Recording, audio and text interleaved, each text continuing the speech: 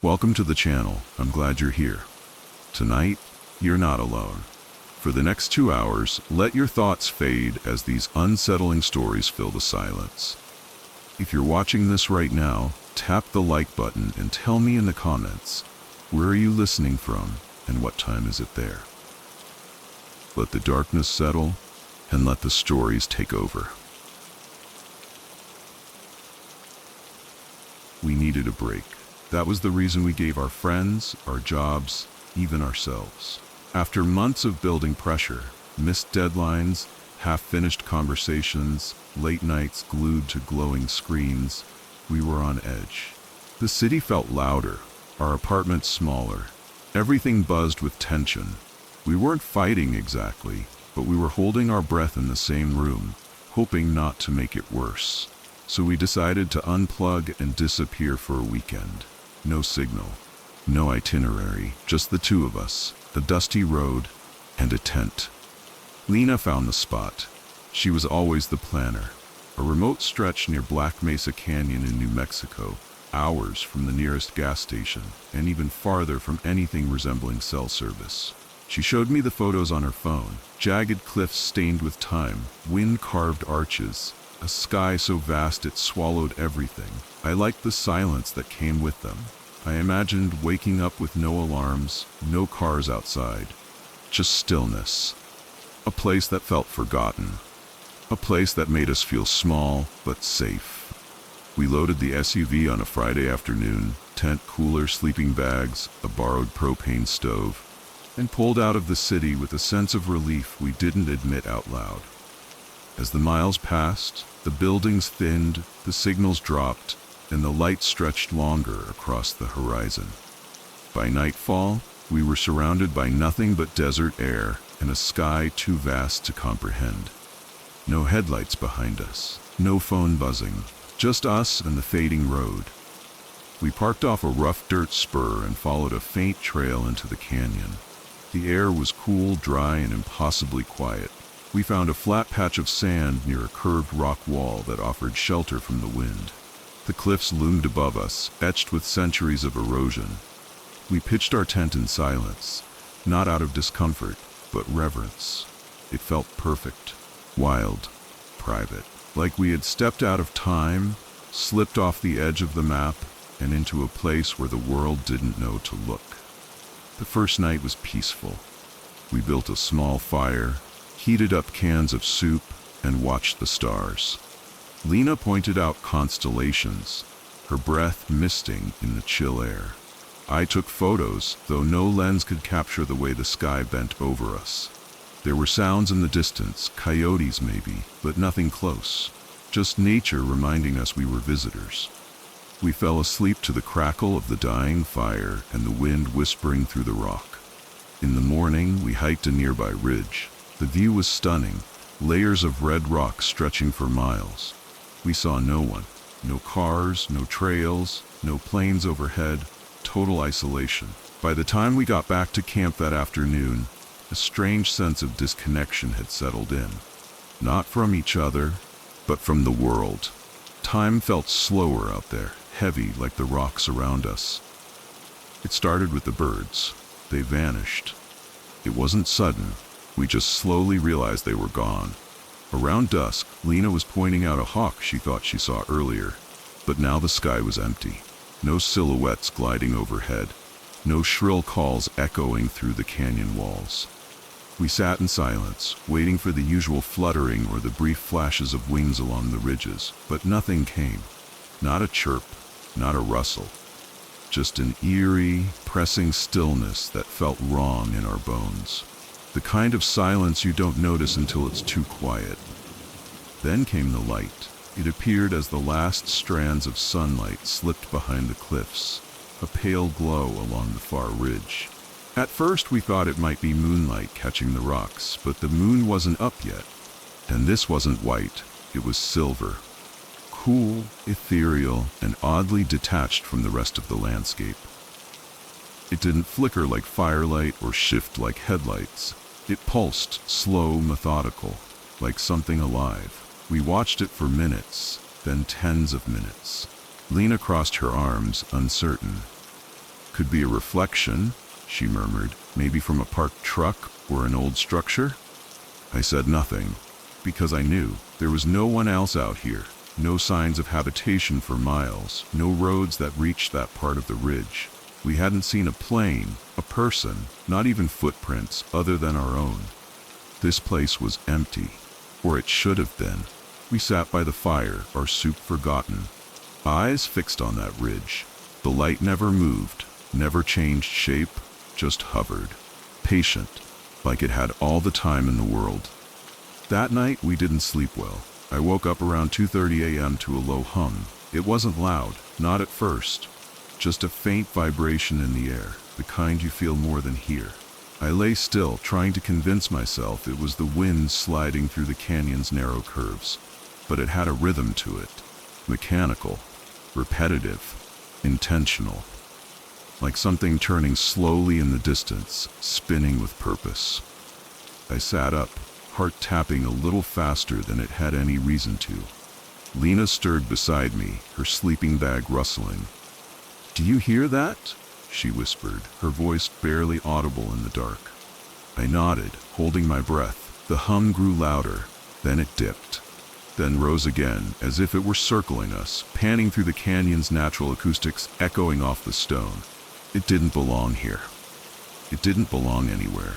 We unzipped the tent just enough to peek out. The night outside was darker than any I'd seen before. The fire had burned out to cold embers. The sky was a black curtain, no stars, no moon. And the silver light we'd seen earlier was back, stronger now. It didn't just illuminate, it bled. It bled into the rock faces and cast shadows in places where there was nothing to cast them. We didn't move, we didn't speak. That hum, it didn't sound like anything natural, but it also didn't sound human. It was too smooth, too perfect. It made my skin tighten, my scalp prickle.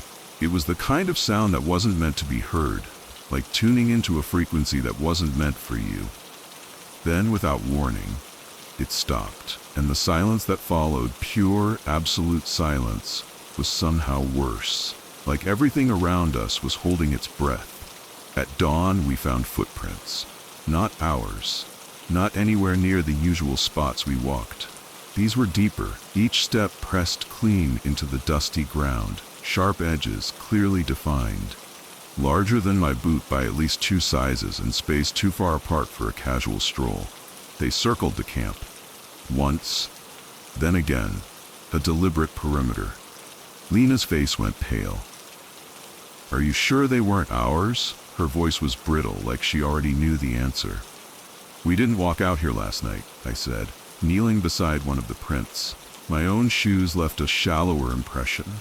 These belonged to someone, or something, heavier, stronger. The stride was too precise, the pattern too intentional. No dragging, no hesitation. The steps ended near the canyon wall. No return trail, no backtrack. Just gone. Lena didn't say anything after that. She didn't need to. Her hands moved with sharp efficiency, rolling the sleeping bags, breaking down the tent. We didn't discuss breakfast. We didn't even touch the water we had left out. Every sound, the click of the tent poles, the zipper on the backpack, seemed louder than it should have been. We packed up quickly. Our eyes stayed on the edge of the trees. The silence between us said more than words could. As we hiked back toward the SUV, the sun climbed higher, bathing the canyon in warm gold. On any other day, it might have felt peaceful. But I kept glancing over my shoulder. The desert looked the same. But it wasn't, not anymore. Something had changed. It felt like we had stayed a night too long in a place that hadn't invited us. A place that had noticed us and watched. We drove without music. The silence between us was thick, but not uncomfortable. Just a mutual agreement that there was nothing left to say. Dust spiraled behind the SUV, catching the morning light in golden ribbons. The tires hummed over gravel, steady and comforting, like we were gradually returning to a reality that had forgotten us. About 10 miles from the highway, we saw a figure ahead. A man was walking along the shoulder of the road, moving in the same direction we were headed. He stood out immediately, not because of what he wore, but because of the way he moved. Slow, deliberate, each step measured like he was counting them. His wide-brimmed hat shaded most of his face. A worn denim jacket hung loose from his frame. There was no backpack, no water, no sign of how far he had come or where he was going. As we passed him, Lena turned to me, her voice low. He wasn't there when we came in. I nodded slowly, eyes still on the rear view. She checked the mirror, her brow furrowed. He's not looking at us. I glanced too. He was standing still now, having stopped in his tracks.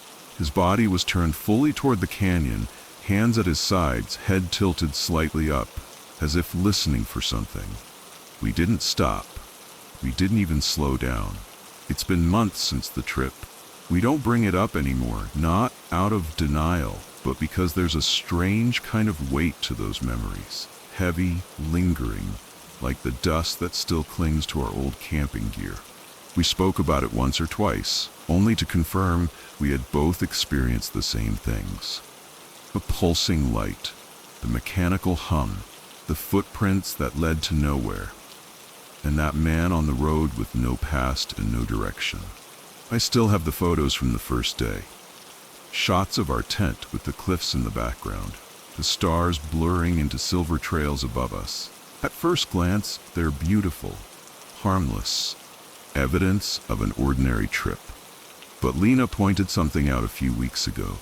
She was scrolling through the photos on my laptop when she froze. Zoomed in. There, just beyond the edge of our camp, tucked between two rock formations, was a shape. Not the kind your eyes automatically explain away. It wasn't a trick of shadow or a distortion from the lens. It was tall, still, vaguely human, but wrong in proportion. Narrow shoulders, elongated limbs, no detail to the face, just a smear of something darker than the surrounding night. Not from the tent, not from us, something else. I stared at it for a long time. I didn't sleep that night. The next morning I deleted the photo, not because I wanted to forget, but because I was terrified of remembering. Some places aren't meant to be visited. Some things aren't meant to be seen, let alone photographed. We didn't go looking for it, but it found us anyway. Night after night, Exit 187 became my private planet in the middle of a sandstone sea. The interstate carved a razor-straight scar across Wyoming, but all the traffic in the world might as well have been a rumor once the sun dropped. Every evening at 10 p.m., I drove my rusty Civic toward the row of lonely sodium lights and the blinking red Open 24's marquee that crowned the pumps. Inside, the store smelled of burnt coffee, stale nachos, and the disinfectant the day crew oversprayed to hide both. The floor squeaked as though the tiles themselves were tired of being walked on. I liked it, loved it really, because the isolation offered a strange kind of freedom. Nobody judged the songs I played too loud over the ceiling speakers.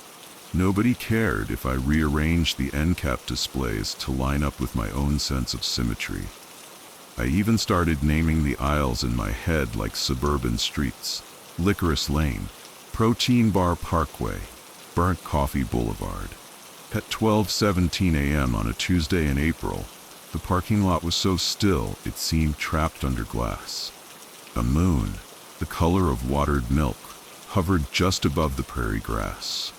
The wind pressed dust against the windows in soft curtains.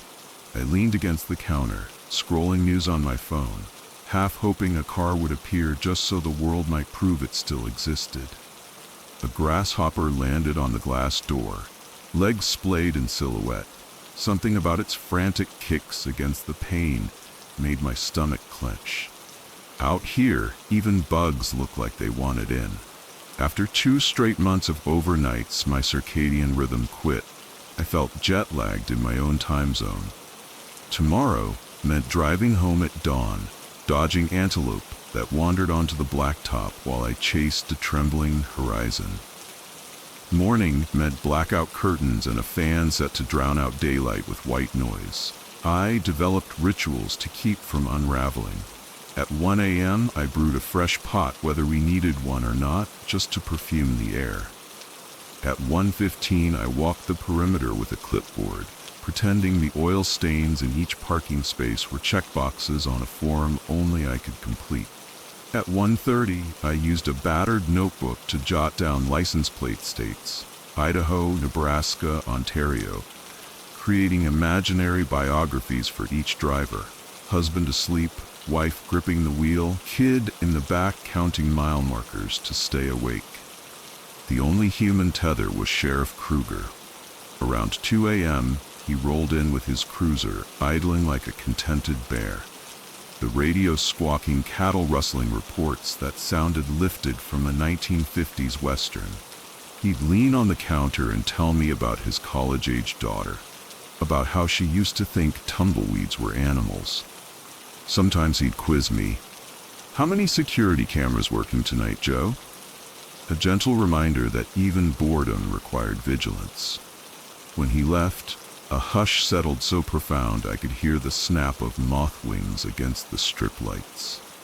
One night, after Kruger's taillights disappeared, I stood at the glass door and realized I could see half the known universe.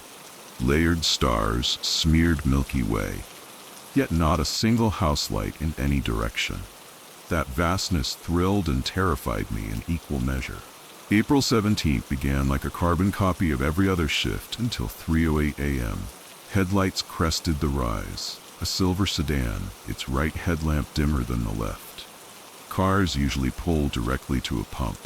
This one coasted the length of the lot as if scouting terrain, then parked at pump 3.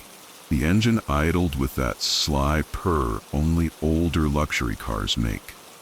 I glanced at the outside monitor. 3 minutes passed. No door opened. The pump display remained at dual earth. The windshield was a black mirror. I couldn't even confirm a driver inside. I told myself maybe he was digging for a credit card, or maybe dozing, but the hairs on my arms stood up. Eventually, the door swung open. He unfolded himself from the seat with deliberate care, tall enough that the dome light cut a wedge of silver across cropped gray hair. His windbreaker was the kind of generic outdoors brand you find at big box stores, nondescript by design. Yet nothing about his movements felt casual. Each gesture seemed rehearsed, as though he had practiced until every micropause vanished. He slid a card, pressed "no receipt," and let the numbers sprint upward while the nozzle stayed holstered. $48 of imaginary gasoline later, he ended the transaction, closed the fuel door without wiping the cap, and turned. The blue glow I'd seen earlier was his phone. Its camera lens pointed at the store, recording. He lifted the device an inch, in a motion so subtle it might have been a twitch, then tucked it away. When his gaze reached me through the glass, my lungs shrank. He didn't leer, didn't smile.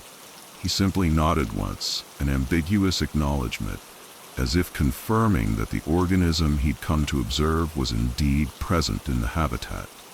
Then he drove to the dark corner where the lot met open prairie, killed the lights, and let the car sink into shadow like a predator in tall grass.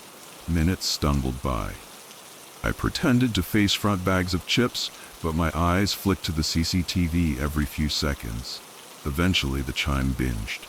He stepped inside with that same unnerving poise. Up close, I noticed the faintest shiver in his jaw muscles, as though regulating some intense inner current. His gloves were smooth black nitrile, not leather, the disposable kind you find in mechanic shops. Why gloves? Why now? Why that kind? Restroom key? His voice was surprisingly gentle, coded in the Midwest, maybe Illinois. "Sure," I said, but my throat rasped. Company policy required I log key checkouts in a spiral notebook. Instead, I slid the key across wordlessly, saving my signature for later. He sauntered down the short corridor. The security camera over that hall showed him pause at the staff-only door. He turned the knob once, twice, with the casual persistence of someone certain it would eventually give way. I keyed the intercom. Buzz. Sir, staff area's locked. The pause before he looked up felt 10 miles long. He faced the lens, expression blank, then raised one finger to his lips in a slow shh, not playful, but instructional. My heart banged so hard it made the plastic name tag on my vest flutter.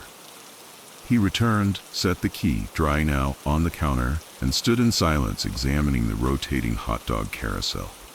The dogs shriveled under orange heat lamps like fossils of bad choices. He watched them as though timing the rotation. Then he spoke without glancing at me. Power grid's fragile out here. One storm, everything blacks out. Generator kicks in, I lied. He hummed. Even generators fail, he answered and flashed that half smile, no teeth, all intention, before pushing out the door. I phoned Kruger, left a voicemail packed with disclaimers that I was probably overreacting. Halfway through the message, I realized the line was dead. Only a low electronic whine came through. I put the receiver down as gently as a detonator. At 3:57 a.m., the canopy lights flickered. Once, twice, dead. The store fluorescence followed. For a split second, device screens were the sole illumination, a tiny galaxy of LEDs, before the emergency battery kicked on 2 red exit signs. Every cooler fan shuddered to silence. The sudden stillness was so total I heard my own eyelids slide. Training drilled into me that the fuse boxes sat on the building's exterior west wall, accessible via a narrow maintenance corridor, or, if you were ambitious and equipped, from outside with bolt cutters through the chicken wire gate. He had tried that staff door earlier. He'd mapped the place. I grabbed the wrench from under the register, a 14-inch steel promise, and slipped into the pitch-black office. A single UPS unit kept the DVR humming, but all 8 camera feeds were static. Unplugged. My phone showed 0 bars. He must have jammed cellular, or maybe this valley simply swallowed signal in the dark. Either way, the isolation I once coveted now wrapped around me like a burial sheet. Outside, metal scraped metal, a deliberate liver and pry sound. A hinge made a chirp of protest, then footsteps, measured, heel ball toe, approached the side door. I crouched, wrench raised, every muscle trembling the way an idling engine vibrates before launch. The footsteps halted. Silence thickened until I tasted copper. A voice seeped through the seam where door met frame. Gas stations burn fast, you know. Accelerant everywhere. Accidents happen. The words were soft but projected, as though he'd practiced diction in front of a mirror. He tapped the door 3 times, polite as a valet. I picture him measuring my fear like a doctor reading a pulse. Glass erupted at the front. Far, close, far again. Multiple panels punched in with something heavy. He wanted a maze of broken paths, wanted me rattling around like a marble in a jar. I slithered low along the snack aisle until the acrid scent of spilled window cleaner made my eyes water. Outside, a sudden engine roar. The cruiser. Kruger was early.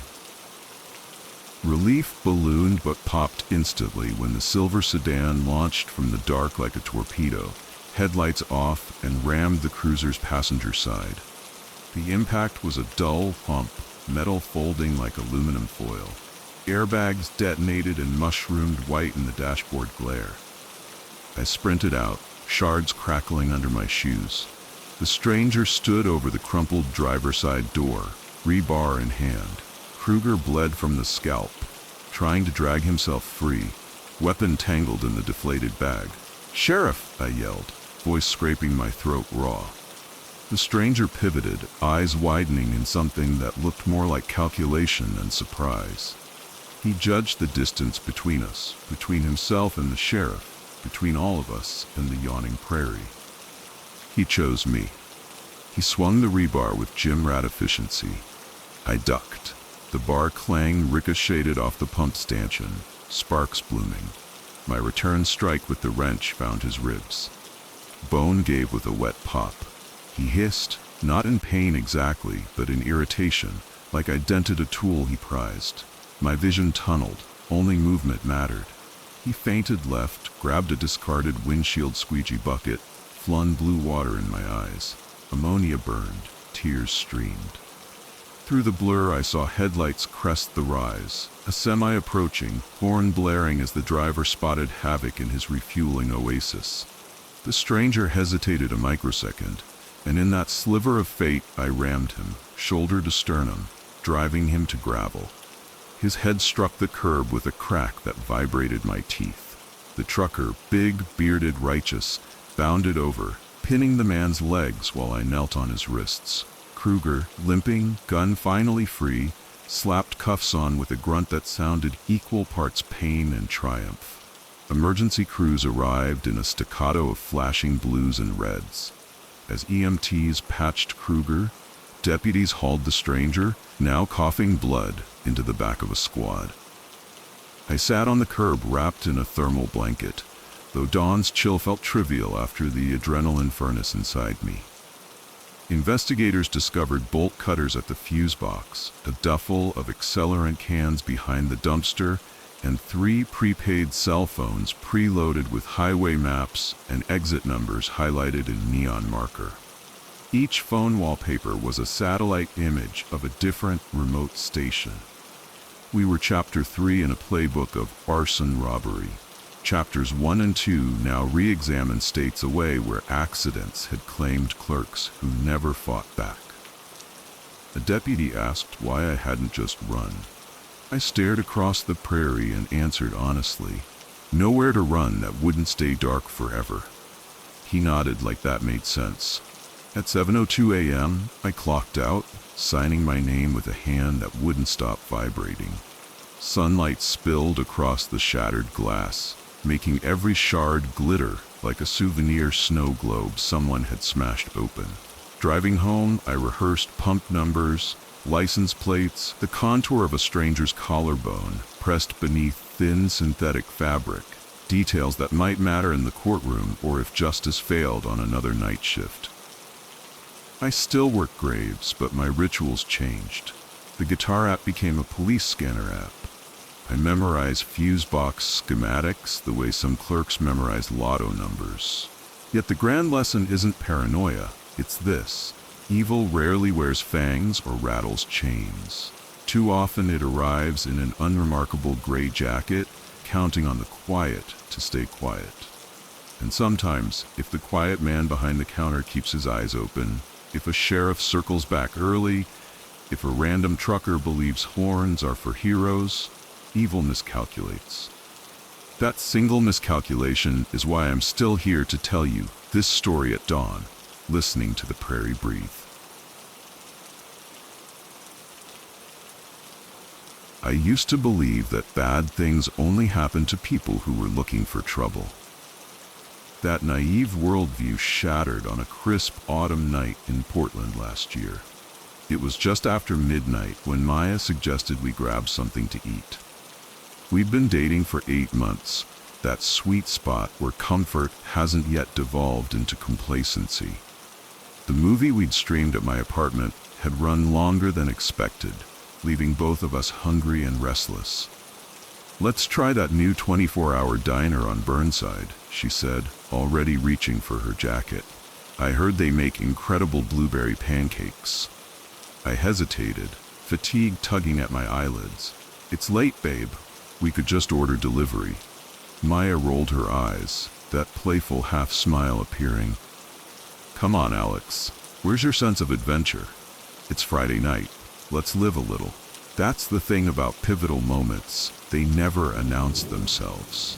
They slip in disguised as ordinary decisions, innocuous choices that only reveal their significance in retrospect. Had I insisted on staying in, our story would have unfolded differently, but I didn't. "Fine," I conceded, grabbing my keys, "but you're buying dessert." The streets were quieter than usual as we drove downtown, the autumn chill having chased most revelers indoors. Orange and yellow leaves swirled beneath streetlights, and Maya hummed along to the radio, her fingers laced with mine on the center console. I remember feeling content, peaceful even, oblivious. "I've been thinking about taking some time off next month," she said. "Maybe we could drive down the coast, Find some little bed and breakfast in a town no one's ever heard of? I smiled, already imagining it. That sounds perfect. I could use a break from the office. It's settled then, she replied, squeezing my hand.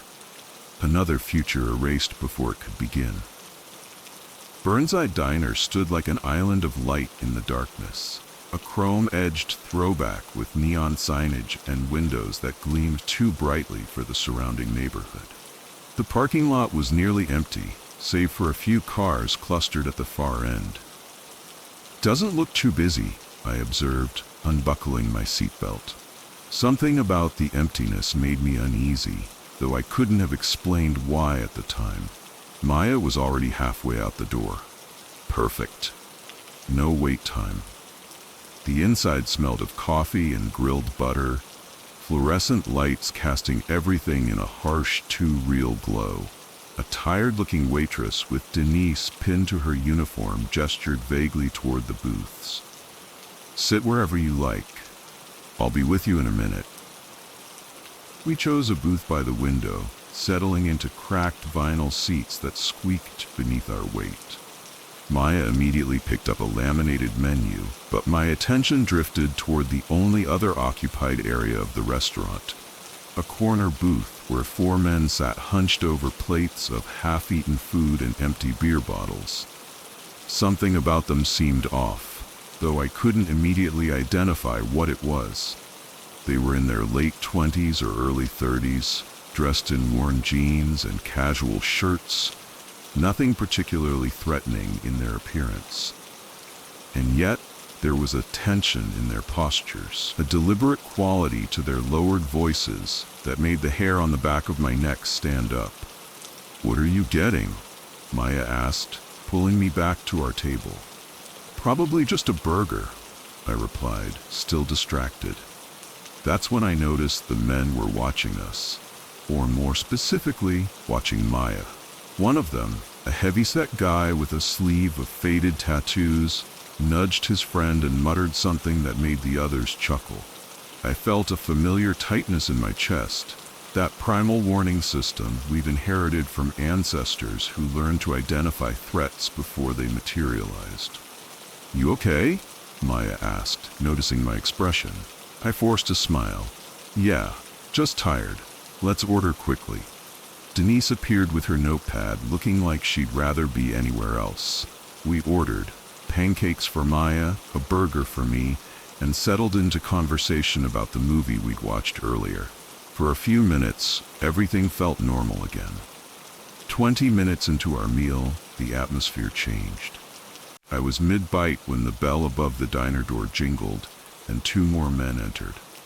They were clearly friends of the corner booth group, greeted with raised voices and crude jokes that shattered the diner's relative calm. Now 6 strong, they seemed to command the space in a way that made the diner feel suddenly smaller. The new arrivals ordered coffee at the counter before joining their friends.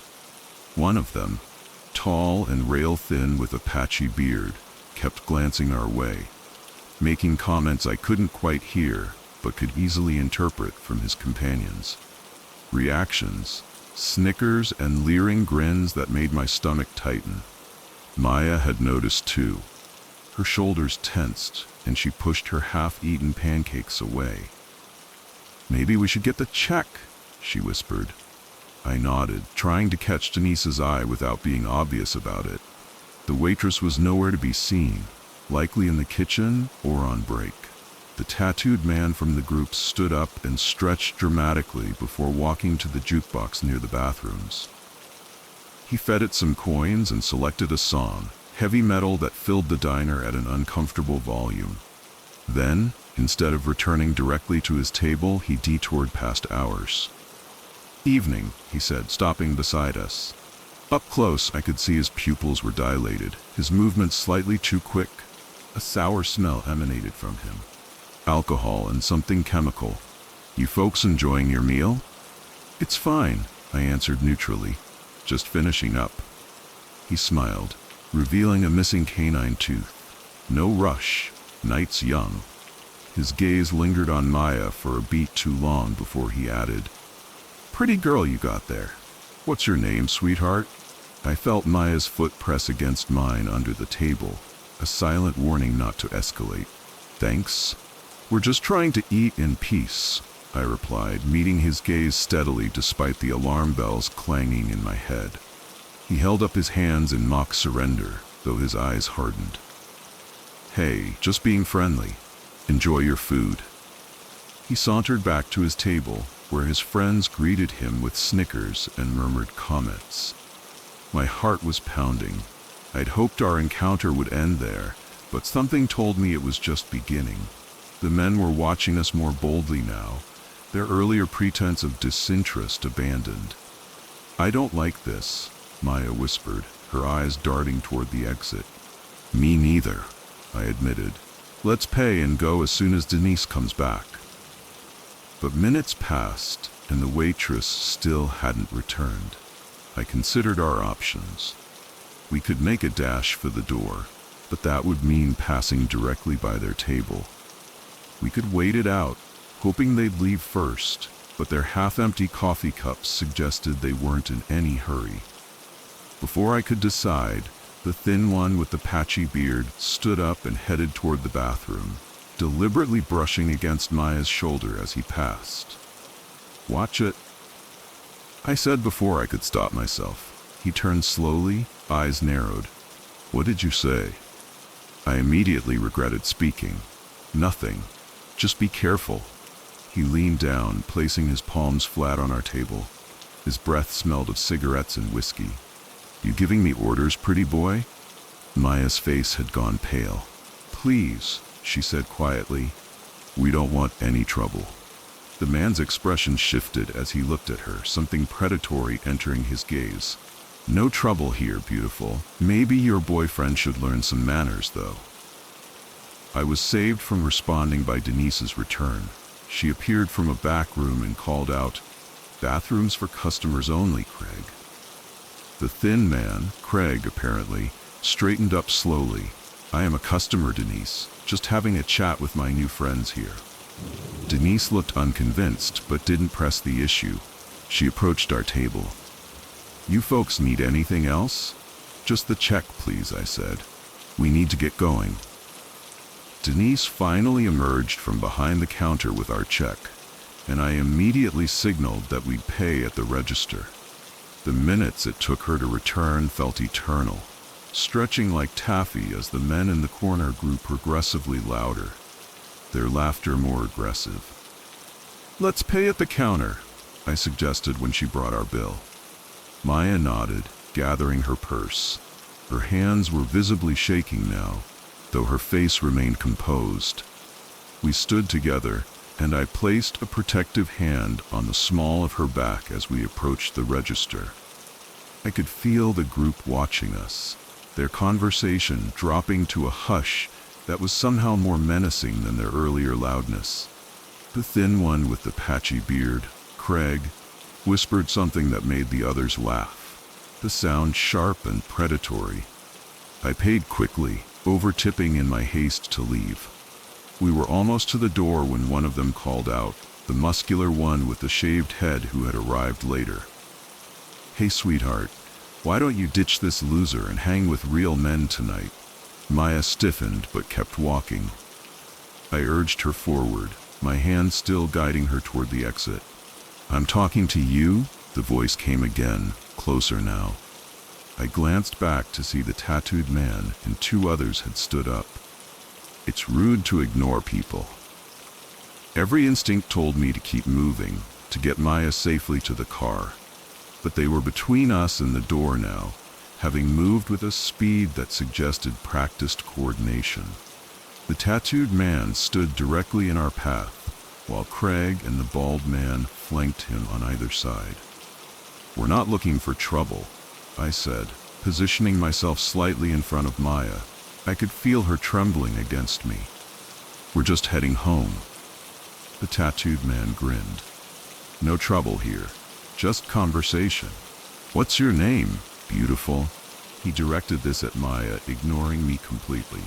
Back off, I warned, feeling adrenaline surge through my veins. Craig stepped forward. Or what? You gonna do something, tough guy? Denise called from behind the counter. Take it outside if you're gonna start something. I don't need cops in here again. The men laughed, but something in their eyes shifted. A calculation, perhaps, of witnesses and consequences. The tattooed man glanced at the security camera in the corner, which I now noticed had a cracked lens and no blinking light. We're just leaving, Maya said, her voice surprisingly steady. Please let us pass. Her direct response seemed to surprise them momentarily, and I seized the opportunity, guiding her forward. For a heart-stopping moment, I thought they would block us physically, but the tattooed man stepped aside with exaggerated courtesy.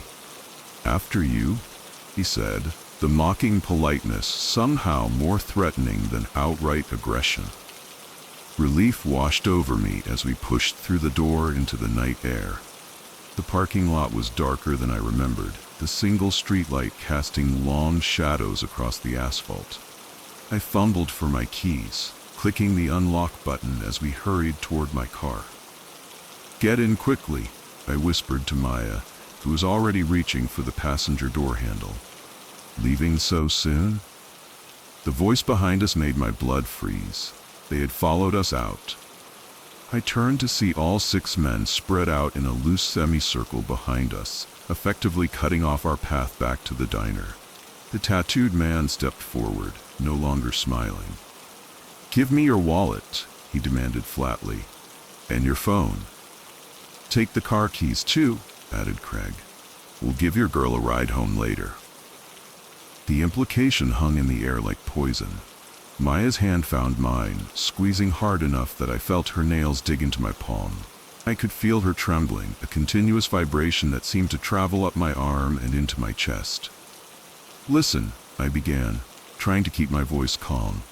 Take whatever you want, but let us go. There's no need for this to get worse. The tattooed man lunged forward suddenly, grabbing my jacket collar with surprising strength.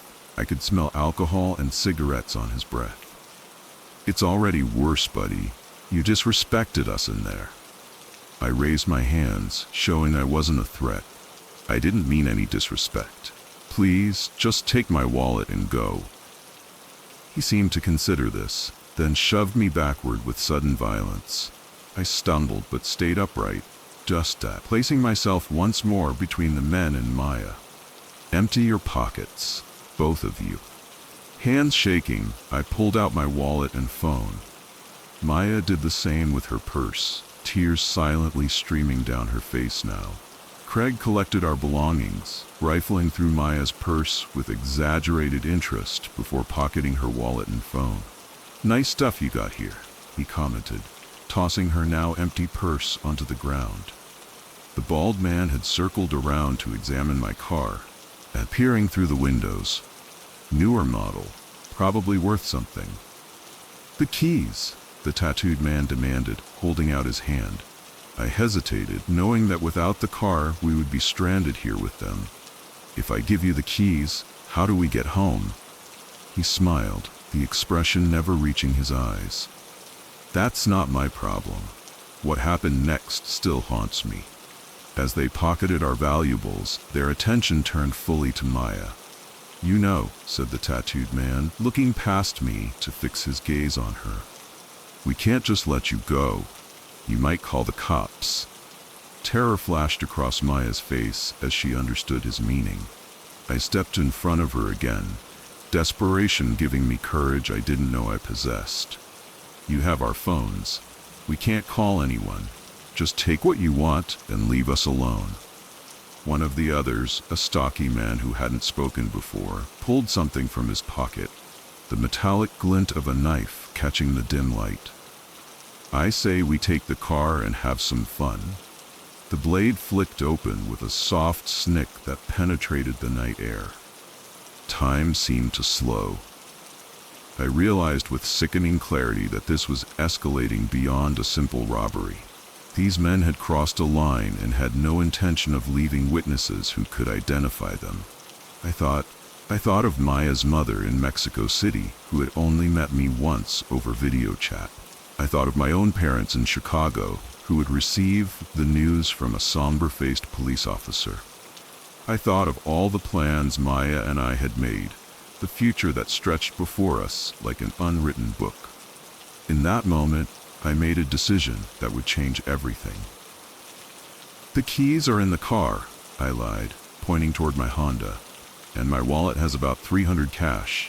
It's all yours. Just let us walk away."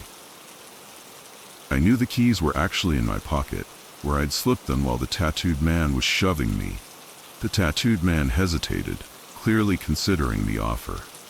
His eyes flicked from me to Maya, then to the car, weighing options and outcomes. As he turned to confer with his friends, I heard the distant wail of a police siren. Someone in the diner must have called 911. The sound was still far off, but growing closer, unmistakable in the quiet night. The group tensed, exchanging alarmed glances. Craig swore under his breath, already backing away. "Let's go," he urged, tugging at the tattooed man's sleeve. For a moment, I thought the tattooed man might ignore the warning, but self-preservation won out. He jabbed a finger at my chest, hard enough to hurt. "Remember my face. If I see you again, you're dead." His eyes shifted to Maya. "Both of you." Then they scattered, disappearing into the darkness between buildings.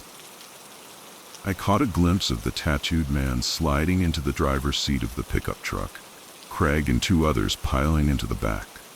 The Camaro's engine roared to life a moment later, carrying away the remaining two.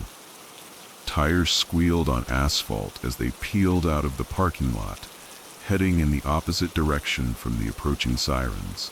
The sirens grew louder, but I didn't wait. I grabbed Maya's hand and ran to the car, fumbling with the keys I'd kept hidden. We were pulling out of the parking lot just as blue lights appeared in the distance. "Shouldn't we wait for the police?" Maya asked, her voice small. I shook my head. "They took our IDs. They know who we are, where we live." The realization sent a fresh wave of fear through me. We need to get somewhere safe first, then call the police. Neither of us spoke as I drove, taking random turns through unfamiliar neighborhoods to ensure we weren't followed. Maya sat with her arms wrapped around herself, silent tears continuing to fall. I reached for her hand, but she flinched away, staring out the window at the passing streetlights. After about 20 minutes of driving, I pulled into the parking lot of a 24-hour grocery store, its fluorescent interior visible through large windows. There were people inside, safety in numbers. I turned off the engine but didn't move to get out. The silence between us was deafening. "I'm sorry," I whispered. "I'm so sorry." Maya turned to look at me, her face transformed by fear and shock. "Why didn't you do something sooner? Why did you just stand there?" Her words struck like physical blows.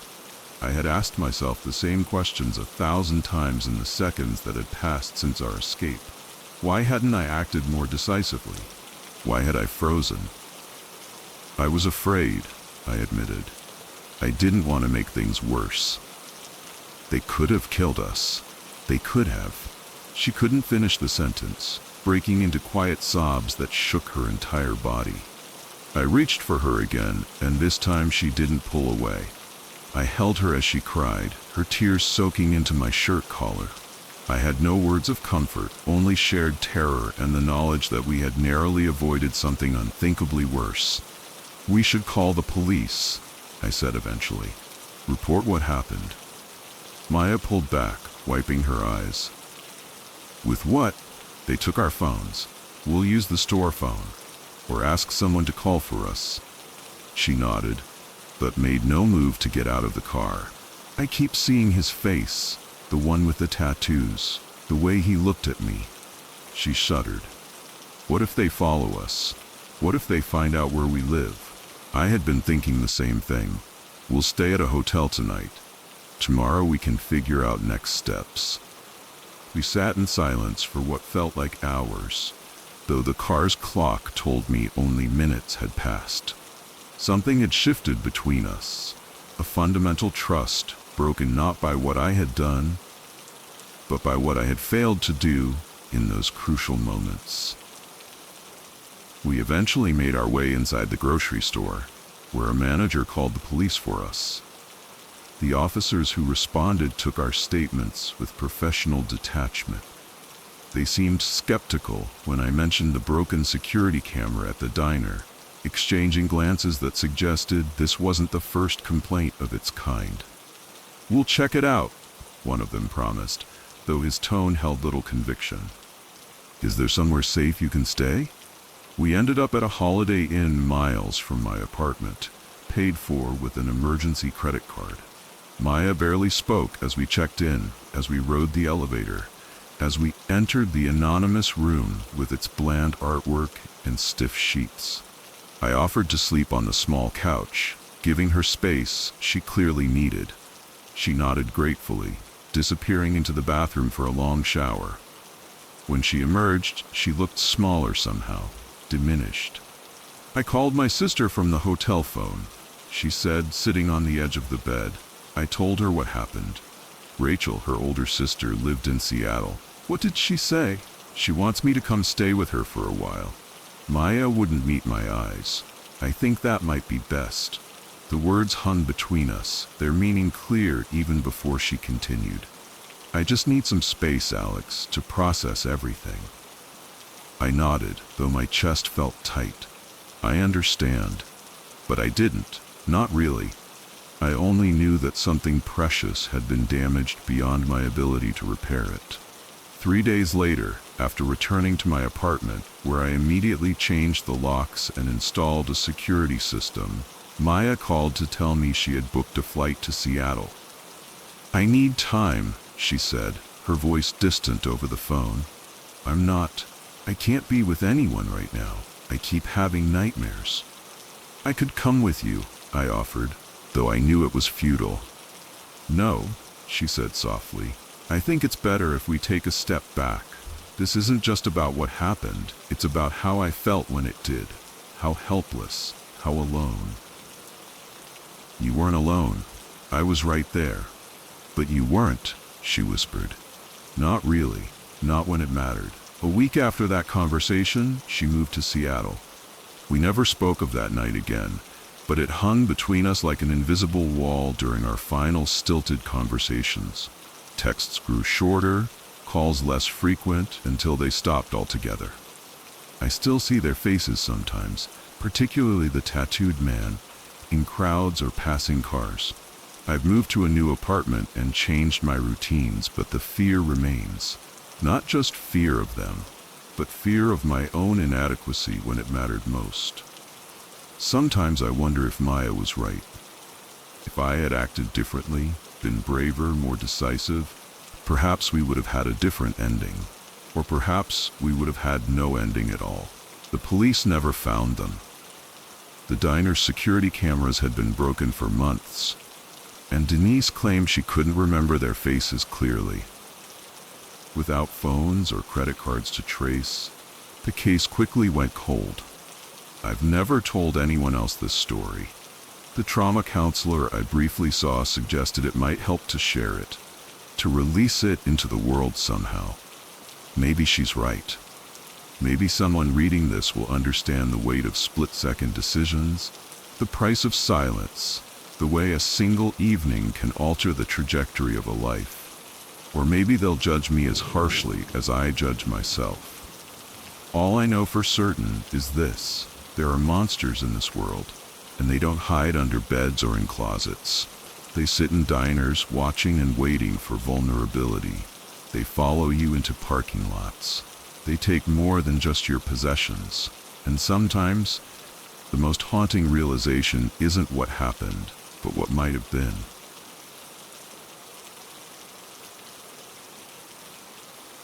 The bass from inside the bar still pulsed through my body as I pushed through the heavy door into the cool night air. My ears rang, temporarily deaf from hours of shouting over music, the sudden quiet of the street almost disorienting. It was just past midnight, and Harrison Street was that strange mix of deserted and alive that only happens in downtown areas after the regular businesses close, but before the nightlife ends. I checked my phone, 12:17 a.m. 3 missed calls from my roommate Rachel. I'd told her I wouldn't be late. I'd promised her we'd go over her presentation notes before she went to bed. Another broken promise in our increasingly strained friendship. The streetlights cast long shadows across the cracked sidewalk as I started walking. My apartment was only 8 blocks away. Close enough that I'd convinced myself an Uber would be ridiculous, especially after I'd already spent too much on cocktails I couldn't afford. The financial recklessness of my 20s was catching up with me at 32, but old habits die hard. Just breathe the night air, I told myself. The walk will sober you up. I'd left my friends behind at the Blue Room. They'd try to keep the night going for hours more, but lately I'd been feeling disconnected from our ritual weekend binge. Maybe it was the promotion at work, maybe it was watching my college friends start families one by one on social media. Whatever it was, something had shifted inside me, and trying to ignore it with tequila shots wasn't working anymore. My heels clicked against the concrete as I walked, the sound echoing between buildings. Downtown Carlisle wasn't exactly a metropolis, but it had grown considerably in the 5 years since I'd moved here. New apartment buildings, tech startups, and upscale restaurants had transformed what locals told me used to be a forgotten district. But at this hour, with most of the buildings dark, it felt like a movie set. All facade, no substance. I pulled my light jacket tighter around me, regretting not bringing something warmer. October in Pennsylvania had that deceptive quality. Warm days that tricked you into forgetting how quickly the temperature dropped after sunset. I was halfway home when I first noticed him. A tall figure, maybe 30 feet behind me. I couldn't make out much in the dim light, just the silhouette of broad shoulders and a baseball cap. He was walking in the same direction, keeping pace. My shoulders tensed automatically, but I forced them to relax. Downtown had security cameras everywhere now. Besides, plenty of people were heading home from bars at this hour. Just because we were walking the same way didn't mean anything. Still, I pulled out my phone again and pretended to make a call, holding it to my ear while keeping my volume low enough that no one would notice I wasn't actually speaking to anyone. An old trick from college. Look connected, look like someone is expecting you, like someone would notice if you didn't arrive. Yeah, I'm about 5 minutes away, I said to no one. Just walking down Harrison now. I took a left on Maple Street, away from my usual route. If he was just heading home in the same direction, he'd continue straight. I glanced back discreetly. He turned too. My heart rate kicked up a notch. I quickened my pace slightly, trying not to seem obvious about it. The street ahead was darker, with fewer businesses and more gaps between streetlights. I mentally calculated my options. Duck into a late-night diner? Double back toward the more populated area near the bars? Call an actual person? I'm just turning onto Maple now. I continued my fake conversation. Should be there in a few minutes. I heard his footsteps pick up speed behind me. They weren't trying to be quiet anymore. Every woman knows the calculation. Every woman has done the math. Is this paranoia or legitimate danger? Am I overreacting or underreacting? What's the cost of being wrong in either direction? If I assumed the worst and he was just walking home, I'd feel foolish. If I assumed the best and was wrong, my hand slipped into my purse, fingers wrapping around my keys, positioning them between my knuckles the way my father had taught me years ago. A ridiculous defense, but it was something. My pepper spray was buried somewhere at the bottom of my bag, a useless precaution when it wasn't accessible. The footsteps behind me seemed to be matching my increased pace exactly. Not falling behind, not gaining ground. Just maintaining the same distance. That deliberate maintenance of distance felt more threatening than if he'd been closing in. I made another decision and turned right at the next intersection. This would take me 3 blocks out of my way, but would lead back to Cedar Avenue, which had a 24-hour convenience store. If he followed me through another random turn, I'd know for certain this wasn't coincidence. As I turned the corner, I stole another glance behind me. In the yellow glow of a streetlight, I could see him clearly for the first time. Tall, as I'd thought, with broad shoulders under a dark jacket. The baseball cap pulled low shadowed his face, but I could see he was white, probably in his 30s. Nothing remarkable about him, which somehow made it worse. He could be anyone. He smiled when our eyes met. Not a friendly smile. A smile that said, "I know what you're doing. I know you're afraid." And then he turned the corner too. My pretense of a phone call died as genuine panic rose in my chest. I dialed Rachel's number, my fingers trembling slightly against the screen.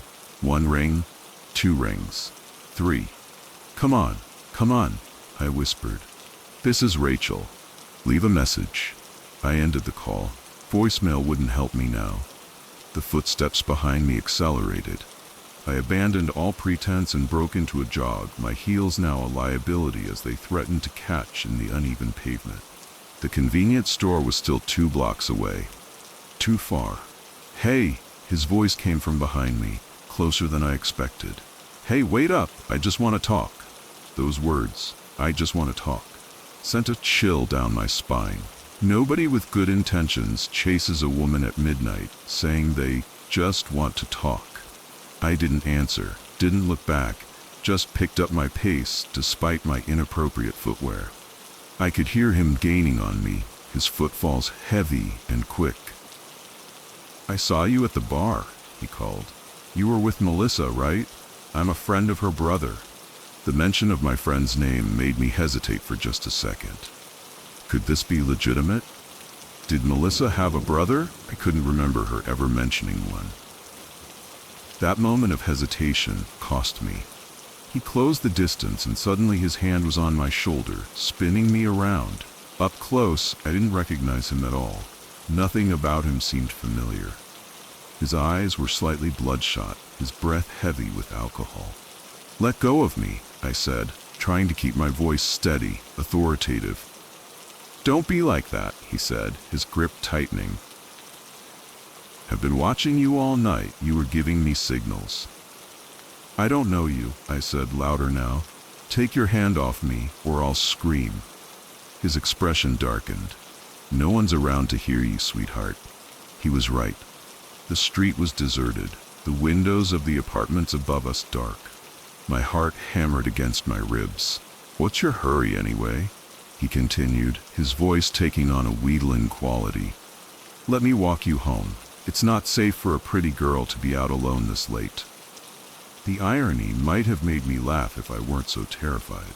I twisted away from his grip, but he caught my wrist, pulling me back. "Don't be a bitch," he growled, the facade of friendliness evaporating. "I just want to get to know you. Sometimes you don't know your own strength until you have no choice but to discover it."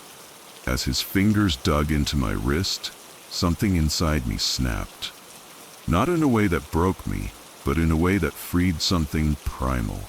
Fear transformed into fury in an instant. "Get your hands off me!" I shouted, my voice bouncing between the buildings. I brought my knee up hard, aiming for his groin, but connecting with his thigh instead. Still, it was enough to make him loosen his grip in surprise. I twisted away, but instead of running, I stood my ground. Running in these heels would only end with me face down on the pavement. "Back off," I warned. My keys now positioned between my fingers, I set my phone in my other hand. "I'm calling 911 right now, and I'm taking your picture." I raised my phone and the flash went off as I snapped a photo of his face. His expression changed from aggression to uncertainty. "You crazy bitch," he spat, but he took a step back. "I was just being friendly." "Friendly people don't chase women down dark streets," I said, my voice steadier than I felt. "Friendly people don't grab strangers." I was backing away now, keeping my eyes on him, my thumb hovering over the emergency call button. Part of me expected him to lunge forward, to try to grab the phone, but something in my posture must have given him pause. "Whatever," he muttered. "You're not even that hot." The ancient dismissal of rejected men everywhere.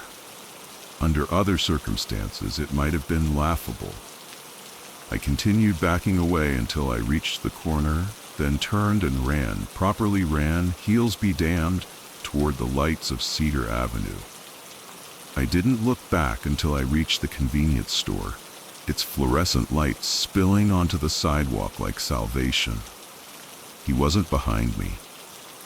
Inside, I nodded to the clerk and went straight to the back, leaning against the refrigerated section, letting the cold seep through my jacket as I tried to steady my breathing.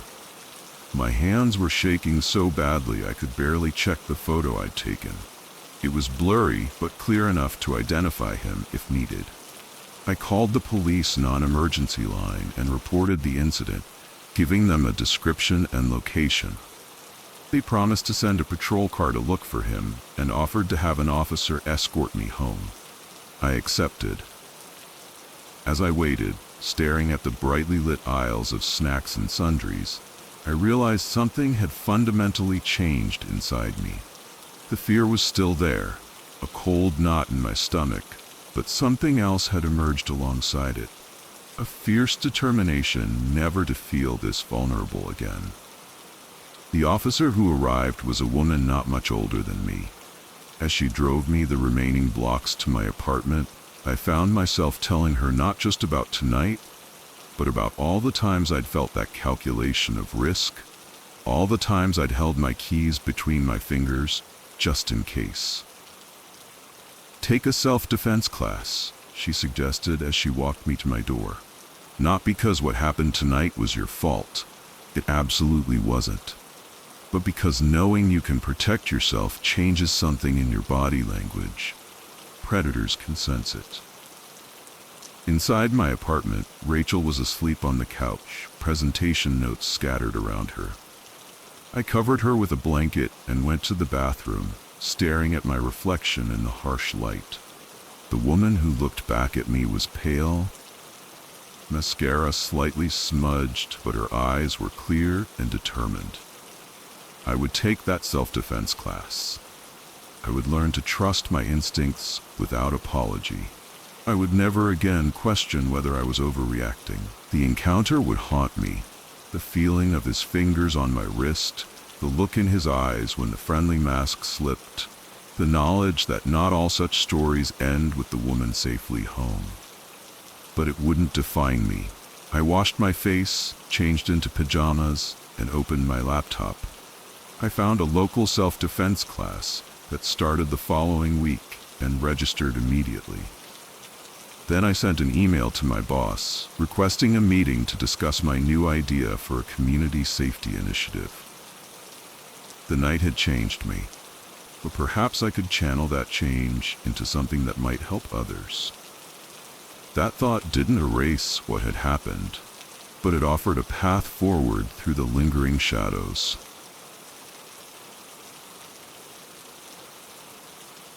I left the office at 11:47 p.m., later than usual, even for a Thursday close. The lobby was a hollow shell, marble floors reflecting the ceiling panels, every cubicle dark, every monitor asleep. Each step sent a sharp echo ricocheting down the corridor, so crisp that for a moment I thought someone was matching my pace just out of sight. Overhead, the fluorescent tubes buzzed with that tired electrical whine that always reminded me of dentist drills. Fatigue draped over my shoulders, a literal ache from 10 hours hunched toward spreadsheets that blurred together by 6 p.m. I kept patting my pockets, phone, keys, wallet, half convinced I'd misplaced something important. It wasn't anxiety exactly, more a sense of being unsettled, as if a page of the day were missing and I couldn't remember what it said. Outside, downtown Austin was winding down. Neon still spilled from 6th Street bar signs, staining the sidewalk pink and cobalt. but the after-work surge had bled away, leaving ride-shares double-parked and lone cabs prowling for the last fares of the night. A damp heat clung to the air, late summer humidity mixed with exhaust, thick enough that each breath felt like drinking warm water. My apartment complex sat 8 blocks south, a converted textile mill whose leasing brochure bragged about industrial charm. Exposed brick, iron beams, and a subterranean garage carved out beneath a century-old foundation. Tenants loved the lofted ceilings and hated the parking levels. Too low, too damp, always smelling faintly of concrete dust and engine oil. Most nights I enjoyed the walk home. It was my decompression lane, a chance to peel office politics off my skin before crossing the threshold. Tonight, the air felt heavier, saturated with something more than moisture, almost metallic on the tongue. Street lamps cast long cones of light that didn't quite touch, leaving pockets of shadow between them like unspoken sentences. By the time I reached the garage ramp and swiped my fob, a bead of sweat traced down my spine.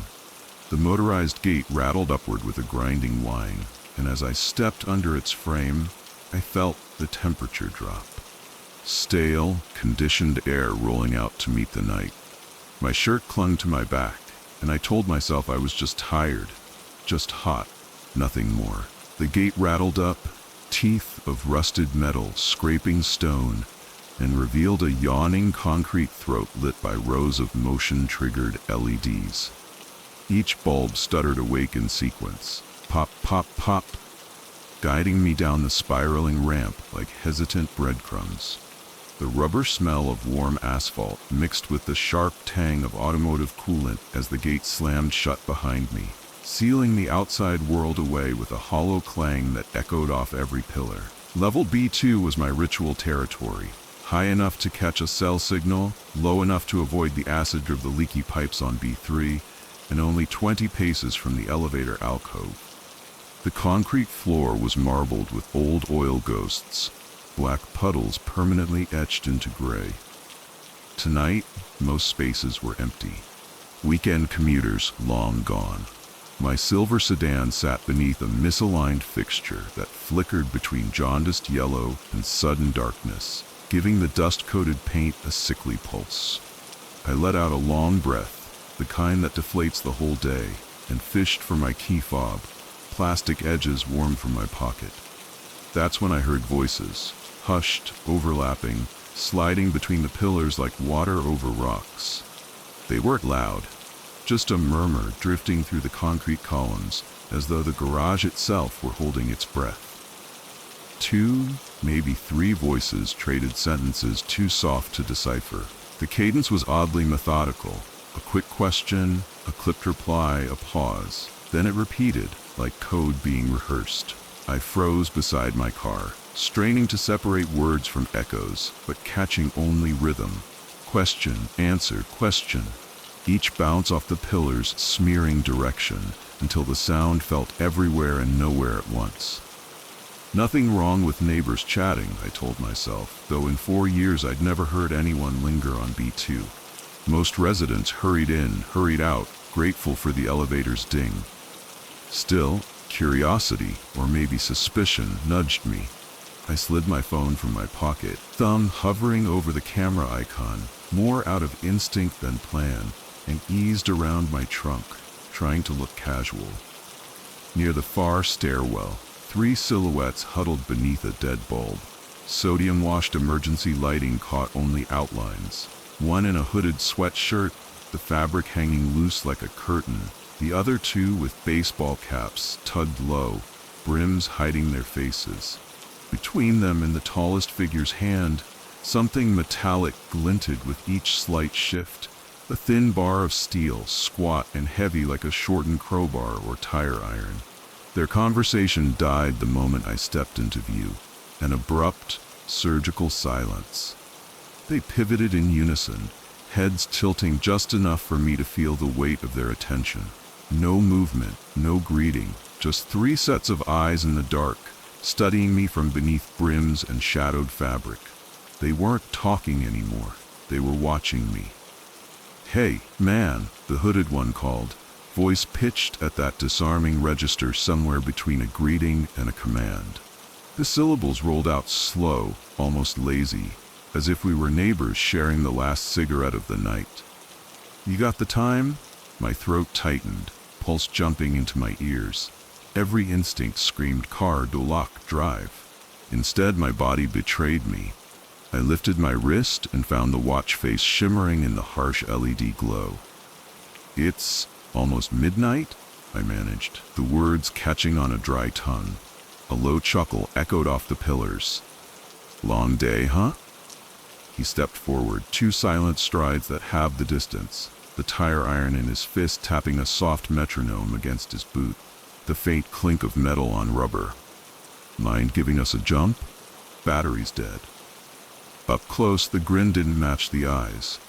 His mouth curved in easy warmth, but the stare above it was cold, cataloging every twitch of my shoulders, every quiver in my voice. Predatory calculus. "I don't have cables," I lied, each syllable rattling through the cavern. My voice cracked. The echo exaggerated it into something pathetic. "Sure you do," he said, chin tilting toward my trunk. "Everyone keeps a set, right next to the spare." The words were soft, but the certainty in them pressed like a thumb on my windpipe. The other 2 moved then, fanning out with rehearsed nonchalance. One sauntered left to lean against the stairwell door, idly twirling a keychain. The other drifted toward the elevator bay, hands in pockets, shoulders loose. Casual but deliberate, sealing exits without hurried motions. I took 1 step back, then another, until the cool metal of the driver's side door kissed my spine. Keys slick in my palm, I felt for the fob button as if it were a trigger. Movement, a blur of motion to my left, sneaker rubber skidding across concrete. One of them exploded forward, shoulders low like a linebacker breaking the line. Adrenaline jack-hammered through my chest. I fumbled the fob, thumbed the unlock, yanked the door wide, and dove across the seat in the same motion, dragging one leg in as the first fist thundered against the window.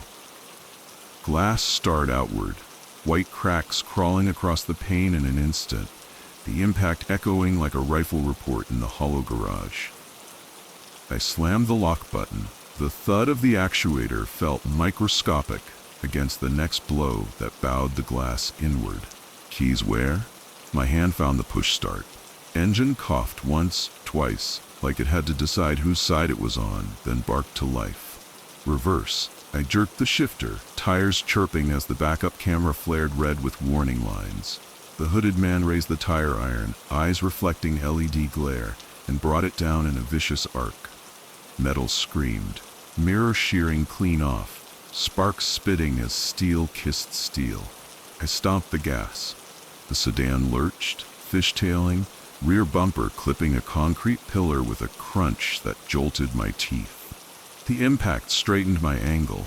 I spun the wheel, aiming for the up-ramp. In the mirror, I caught them. 3 figures sprinting, shadows sliding across pillars, curses bouncing after me. Another clang, iron on trunk lid, left a fist-sized crater and a sound that tolled through the garage like a church bell at midnight. I didn't ease up. Rubber howled against painted lanes. The steering wheel juddered in my hands, and the ramp's fluorescent mouth seemed impossibly narrow, yet it was the only way out. The gate sensed my bumper and crawled upward. I didn't wait. I ducked under the rising bar, scraping the roof, and shot onto the street. In the mirror, the 3 figures spilled from the garage mouth, silhouettes framed by harsh fluorescent glare. They didn't follow. They just watched, tire iron hanging from the leader's grip like a question mark. I drove 3 blocks before the shaking started, full-body tremors that made the wheel quiver. I pulled over under a streetlight and dialed 911, stumbling through the story. Officers arrived, lights flashing, but by the time we returned, the garage was empty. No men, no weapon, just shards of my mirror and a fresh dent in the trunk. Building management reviewed the cameras, footage corrupted from 11:50 to 12:05. Glitch, they said. Elevator cams, too. Static snow. No usable images. Insurance covered the damage. The police took a statement, filed a report, stapled it shut, and dropped it into a stack labeled pending. Case open, no leads, they said. A phrase so neat it felt like shelving a ghost. I kept waiting for a follow-up call that never came. I started parking on the street despite the tickets, preferring citation envelopes to concrete crypts. I left the office earlier, timing my departure with the last swell of coworkers so I never crossed the lobby alone. I stopped wearing earbuds on walks home. Every shuffle of shoe leather behind me set my nerves fizzing. I caught myself cataloging strangers' heights, shoe brands, gaits, habits of a witness who never wants to be surprised again. Last week, maintenance installed brighter bulbs on B2, surgical-grade luminosity, the supervisor bragged. I went down only because a courier misdelivered a package. Under the new white-hot LEDs, the garage looked like an autopsy suite. Every crack amplified, every oil stain a Rorschach. Near the stairwell I saw them, fresh scuff marks, black rubber arcs overlapping in threes, stopping at an unlit alcove where the camera motor still clicks but shows nothing. The maintenance guy shrugged, probably skateboard kids. I don't walk anywhere alone after dark now. I double-checked door locks, triple-pressed the car fob, sleep with a flashlight on the nightstand. Because I learned monsters don't crouch under beds or lurk behind cliché slasher doors. Sometimes they loiter beneath fluorescent lights, asking for the time, smiling in the dead angles of places you always assumed were safe. The first breath of winter air always burns a little. That's what I was thinking as I stepped out of my car into the parking lot of Lake Simmons, watching my breath form little clouds that disappeared into the evening sky. December in Minnesota isn't just cold, it's a different world entirely. The kind of cold that makes your nostril hairs freeze and your eyes water, but there's something cleansing about it too. Like the air is so clean it hurts. Come on, Ryan. We're burning daylight. Ellie called from where she and Marcus were already unloading their gear from Marcus's truck. There's like 2 hours of light left, I replied, trudging through the fresh powder toward them. Besides, the lake's not going anywhere. Ellie rolled her eyes but smiled. We'd been doing this since high school. The first weekend after Lake Simmons officially froze solid enough for skating, we'd make the trip. Now, at 26, with careers and responsibilities pulling us in different directions, these traditions mattered more than ever. The three of us had grown up together in Lakeville, bonded by proximity at first and then by choice. Ellie, with her analytical mind and endless energy, now putting both to use as an environmental engineer. Marcus, quiet and steady as always, working construction like his father before him. And me, still trying to make photography pay the bills while picking up bartending shifts. Different paths, same routes. Weather report says we might get another 6 inches tonight, Marcus said, zipping up his heavy coat. At 6'4", he'd always been our unofficial protector, a role he'd never sought but naturally embodied. Should hit around midnight. Plenty of time, Ellie said, already lacing up her skates on the tailgate of Marcus's truck. Besides, we promised to get some good pictures for your portfolio, Ryan. Winter in Minnesota and all that artistic crap. I laughed, patting the camera bag slung across my shoulder. Your support of my artistic pursuits is truly moving, Al. The frozen lake stretched before us, a vast white plain dotted with the colorful specks of other skaters. Despite the cold, quite a few families had come out today. The far side of the lake bordered on Whispering Pines State Park, a thick line of evergreens standing sentinel against the pale sky. Closer to the parking area, someone had cleared a proper hockey rink, and a few teenagers were engaged in a game, their shouts carrying across the ice. As we made our way to the edge of the lake, I noticed a group of guys around our age unloading from a pair of pickup trucks. Something about them made me take notice. Maybe the loudness of their laughter, or the way one of them shoved another hard enough to make him stumble. There were 5 of them, all in dark winter gear, passing what looked like a flask between them.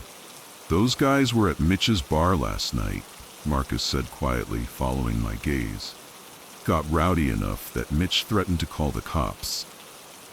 "Great," I muttered. "Just what we need." "Ignore them," Ellie said, already stepping onto the ice. "We didn't drive all the way out here to worry about some random jerks." She was right, of course. I pushed the thought away and focused on getting my own skates on. Some traditions were worth protecting. There's something about gliding across a frozen lake that feels like flying. The scrape of blades against ice, the wind stinging your cheeks, the vastness all around you. It creates this perfect bubble where nothing exists except motion and cold and the people sharing it with you. We skated out toward the center of the lake, where the crowds thinned. Ellie had always been the best skater among us, moving with the grace that came from years of figure skating lessons. Marcus and I were competent enough, though lacking her natural finesse. "Remember when we were 16 and Marcus fell through that thin patch?" Ellie called over her shoulder, executing a tight spin. "Jesus, Elle, you promised never to bring that up again?" Marcus groaned, but he was smiling. "You looked like a drowned polar bear," I added, raising my camera to catch Ellie mid-twirl, the setting sun casting long shadows across the ice. "And you two left me to freeze while you argued about whether to call 911 or my mom first." Marcus shot back.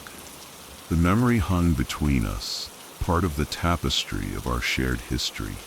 What we didn't say aloud was how terrified we'd all been. How Marcus had disappeared beneath the surface for what felt like an eternity before his hand shot up through the hole. How Ellie and I had formed a human chain to pull him out, my shoulders aching for days afterward. How we'd promised each other then, with the fervor of teenagers confronting mortality for the first time, that we'd always look out for each other. I lowered my camera, surveying the lake around us. The families with young children mainly stayed near the shore, while the hockey players remained confined to their makeshift rink. A few solo skaters carved elegant patterns farther out. And then there was the group from the parking lot, now on the ice, moving in our direction. "Hey," I said quietly to Marcus, nodding toward them. "Those guys are headed this way." He followed my gaze and frowned slightly. "Probably just passing through." But they weren't passing through. They were skating directly toward us, spreading out in a way that made the hair on the back of my neck stand up. 5 guys, all bigger than me, with the confident stride of people used to taking up space, used to others moving aside. "Ellie," I called, keeping my voice casual. "Let's move toward the shore, get some shots with the trees in the background." She started to protest, but caught my expression and followed my line of sight. Her smile faltered for just a moment before she nodded. "Sure, the light's better over there anyway." We changed direction smoothly, angling toward the more populated area near the shore. But it was too late. The group adjusted their course to intercept us. The largest of them, a broad-shouldered guy in a black coat with a red scarf, raising his hand in what might have been a greeting but felt more like a command to stop. "Hey!" he called out. "You're in our spot." I looked around at the vast, empty expanse of lake surrounding us. "Pretty sure the lake's public property," I replied, trying to keep my tone light. The guy smiled, but it didn't reach his eyes. "I'm pretty sure I don't care." The 5 of them formed a loose semicircle around us, not quite blocking our path, but making it clear that moving past them would require physical contact. Up close, I could smell the alcohol on their breath. The guy with the red scarf, clearly their leader, stepped forward. He had the kind of face that might have been handsome if not for the coldness in his eyes. "You're Ryan Caldwell, right?" he asked, surprising me. "You tend bar at the lodge." I nodded cautiously. "Sometimes, yeah." "Thought so. You cut me off last weekend." His smile widened, showing too many teeth. "Embarrassed me in front of my date." Memory clicked into place. This guy had been hitting on a woman at the bar who was clearly uncomfortable.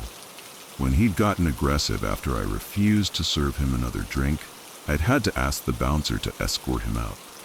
Not my finest moment in customer service, but I'd sleep soundly with my decision.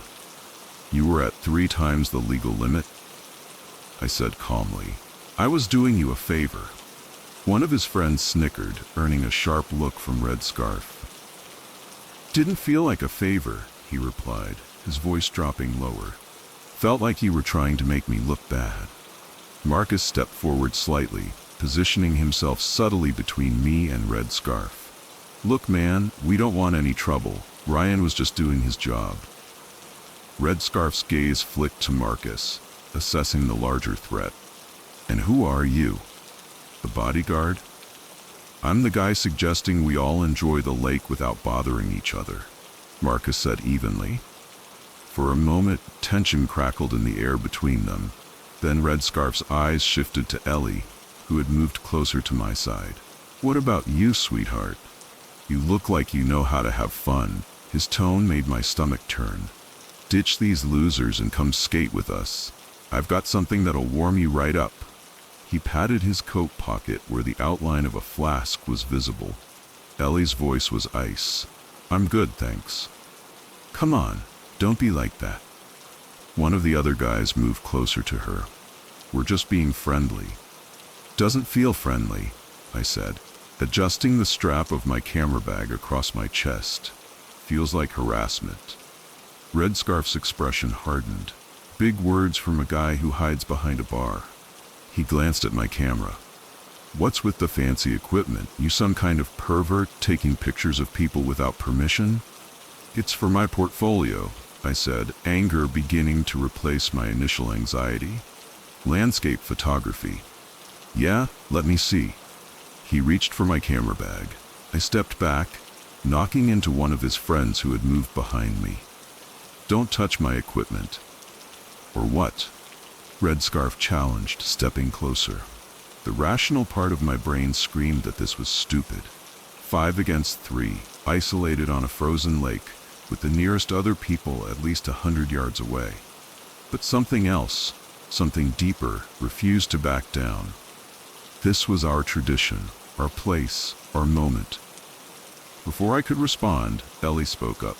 "There's a park ranger over there," she said, pointing toward the shore. Should I wave him over? I'm sure he'd be interested in whatever's in that flask you guys are passing around. It was a bluff. There was no ranger that I could see, but it was delivered with such conviction that Red Scarf hesitated, glancing quickly toward the shoreline. "We don't need this shit," one of his friends muttered. "Come on, Brett, let's go find another spot." Brett, apparently Red Scarf's name, looked torn between saving face and avoiding potential trouble. After a tense moment, he shrugged, affecting indifference. "Whatever. This spot sucks anyway." He turned to go, but paused to add, "See you around, bartender. Maybe I'll stop by the lodge again soon." The implied threat hung in the air as they skated away, their laughter carrying back to us on the cold wind. "Jesus," Ellie breathed once they were out of earshot. "What a bunch of assholes." Marcus put his hand on my shoulder. "You okay?" I nodded, though my heart was still racing.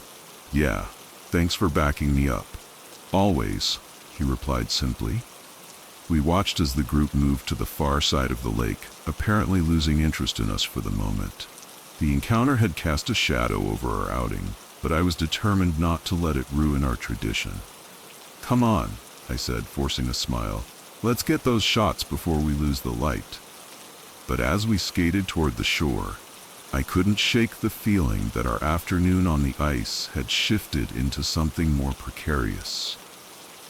Like we were all suddenly aware of the dark water flowing beneath the solid surface beneath our feet. The sun was setting when it happened. We'd been skating for another hour, gradually relaxing as Brett and his friends stayed on the opposite side of the lake. I'd gotten some great shots, Ellie executing a perfect spiral, Marcus silhouetted against the fiery sky, the long shadows of pine trees stretching across the ice. Almost enough to make me forget about the earlier confrontation. Almost. "We should probably head back soon," Marcus said, checking his watch. "Storm's coming in faster than they predicted." I looked up at the sky where dark clouds were indeed gathering on the horizon. The light had taken on that strange quality it gets just before a heavy snow, yellow and thick, like honey. "One more circuit," Ellie suggested, "around the edge by the trees. The light's perfect right now." We couldn't resist. It really was beautiful, the kind of moment photographers dream about. So we set off toward the wooded shore, skating closely together, watching the light play through the branches of the pines. I was so focused on framing a shot that I didn't notice them until it was too late. Brett and his friends had circled around the lake's perimeter and now emerged from between the trees ahead of us, cutting off our path back to the parking lot. "Leaving so soon?" Brett called out, his voice carrying across the ice. From his unsteady movements, it was clear they'd continued drinking. "Keep moving," Marcus muttered to us. "Don't engage." We tried to angle away, to bypass them by skating farther out onto the lake, but two of them broke off to intercept our new path. We were being herded, I realized with a sinking feeling, pushed toward the wooded shoreline where no one from the main area could see us. "What do they want?" Ellie whispered, fear evident in her voice for the first time. "To feel powerful," I replied grimly. "To prove they can intimidate us." We stopped, the three of us instinctively forming a tight triangle with Ellie in the center. Brett skated closer, moving with surprising agility for someone clearly intoxicated. "You know what bothers me about people like you?" he said, addressing me directly. "The superiority. Like you think you're better than everyone else. We just want to leave." I said firmly, "We don't want any trouble." "Should have thought about that before you disrespected me," he replied, the false friendliness gone from his voice. "Before your bitch friend lied about a ranger." Marcus tensed beside me. "Watch your mouth." Brett's face lit up with cruel delight. "Oh, did I hurt your feelings, big guy? What are you going to do about it?" One of his friends skated up beside him, holding something that made my blood run cold, my car keys dangling from his finger. "Looking for these?" he asked with a smirk. "Found them on the ground back there. Clumsy of you to drop them." I instinctively reached for my pocket, though I knew they wouldn't be there. They must have picked my pocket during our earlier confrontation when I'd bumped into one of them. "Give those back," I demanded, anger overriding caution. "Or what?" Brett challenged. "You gonna call that imaginary ranger?" It was happening so fast. One moment we were standing in tense confrontation. The next, Brett had lunged forward and grabbed the strap of my camera bag, yanking hard. I clutched it reflexively, but the sudden movement on the ice threw me off balance. I stumbled, my feet sliding out from under me. "Ryan!" Ellie's scream pierced the air as I went down hard, the back of my head cracking against the ice. Stars exploded across my vision, pain radiating through my skull. Through the haze, I saw Marcus charge forward, driving his shoulder into Brett's chest and sending them both sprawling. Ellie dropped to her knees beside me, her face pale with fear. "I'm okay," I managed, though the world was spinning sickeningly around me. The next moments were chaos. Shouting, the scrape of blades on ice, the thud of bodies colliding. Marcus was outnumbered but holding his own, his size and strength momentarily keeping Brett's friends at bay. But it couldn't last. I struggled to sit up, fighting through waves of nausea. My camera bag was still clutched in my hands, but the strap had torn partially away. Brett had regained his feet and was circling Marcus warily, a small knife now glinting in his hand. "Put that away," Marcus warned, his voice steady despite the blood trickling from his split lip. "You don't want to add assault with a deadly weapon to whatever charges you're already looking at." Brett laughed, a wild edge to it that sent chills down my spine. "No witnesses out here, big man. No cameras except your friends, and that's about to go for a swim." He lunged at me suddenly, grabbing for my camera bag. I twisted away, but my movements were sluggish from the fall. His fingers closed around the bag, trying to wrench it from my grasp. "Let go," he snarled. "Stop it," Ellie shouted, pushing herself between us. What happened next seemed to unfold in terrible slow motion. Brett, enraged and off balance, shoved Ellie hard. She fell backward, her skate catching on a rough patch of ice. As she went down, her head struck the edge of a partially submerged rock where the shoreline began, a sickening crack that I felt more than heard. She didn't move. The world froze around us. Even Brett seemed shocked by what had happened, taking a step back, the knife lowering to his side. "Ellie?" Marcus's voice broke the silence, thick with fear. I crawled to her side, ignoring the spinning in my head. There was blood on the ice beneath her. Too much blood, spreading in a thin crimson pool around her pale hair. "Call 911. I screamed, not caring who responded. "Now." They say shock protects you from fully processing trauma as it happens, that your mind creates a buffer, allowing you to function when otherwise you'd collapse. I must have been in shock because I remember the next hour in disjointed fragments, like scenes from a movie playing out of order. Brett dropping the knife, his face ashen as he backed away, muttering, "She fell." I didn't. It was an accident. Marcus on the phone with emergency services, his voice cracking as he described our location, begging them to hurry. Me kneeling beside Ellie, pressing my scarf against the wound on her head, whispering promises I had no right to make, that she would be okay, that help was coming, that we were with her. The eerie wail of sirens in the distance, drawing closer. The park suddenly alive with flashing lights reflected on the ice, paramedics running toward us with a stretcher, police officers corralling Brett and his friends, who had, surprisingly, not fled the scene. The numbness in my fingers as they gently moved me aside to work on Ellie. The blood on my hands freezing in the cold air. Someone draping a blanket over my shoulders, asking me questions I couldn't seem to understand. And through it all, the snow beginning to fall, just as Marcus had predicted. Thick, silent flakes descending from the darkened sky, already starting to cover our tracks. Nature's quiet indifference to human tragedy. Later, in the harsh fluorescent light of the hospital waiting room, reality began to reassert itself. My head had been examined, the concussion diagnosed as minor. Marcus sat beside me, his knuckles bandaged, neither of us speaking as we waited for news. A detective had come and gone, taking our statements, informing us that Brett and his friends were in custody. The knife, my stolen car keys, the multiple witnesses from the lake who had seen the beginning of the confrontation. It was enough to hold them, at least for now. But none of that mattered. All that mattered was the doctor who finally approached us around midnight, her face revealing nothing as she asked if we were Ellie's family. "As good as," Marcus replied, his voice hoarse. "Her parents are flying in from Arizona. Please, just tell us if she's..." He couldn't finish the sentence, couldn't voice the fear that had been choking us both for hours. "She's stable," the doctor said, and I felt my legs go weak with relief. The impact caused a skull fracture and significant bleeding, but we've managed to relieve the pressure.